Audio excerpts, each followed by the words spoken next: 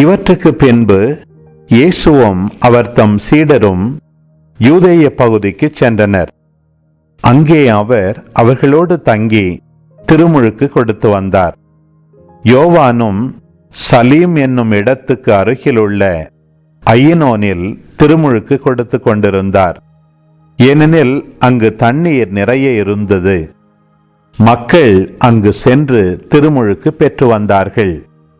யோவான் சிறையில் அடைக்கப்படும் முன் இவ்வாறு நிகழ்ந்தது. ஒரு நாள் யோவானின் சீடர் சிலருக்கும் யூதர் ஒருவருக்கும் இடையே தூய்மை சடங்கு பற்றி விவாதம் எழுந்தது. அவர்கள் யோவானிடம் போய், ரபி, யோர்தான் ஆற்றின் அக்கறை பகுதியில் உம்மோடு ஒருவர் இருந்தாரே, நீரும் அவரை குறித்து சான்று பகர்ந்தீரே. இப்போது அவரும் திருமுழுக்கு கொடுக்கிறார், எல்லாரும் அவரிடம் செல்கின்றனர் என்றார்கள். யோவான் அவர்களை பார்த்து, விண்ணிலிருந்து அருளப்படாவிட்டால் எவரும் எதையும் பெற்றுக்கொள்ள முடியாது.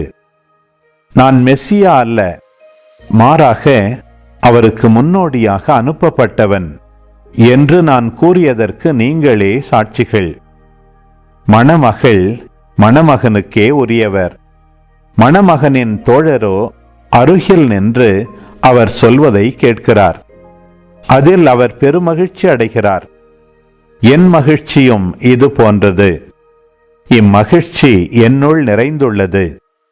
அவரது செல்வாக்கு பெருக வேண்டும், எனது செல்வாக்கு குறைய வேண்டும் என்றார்.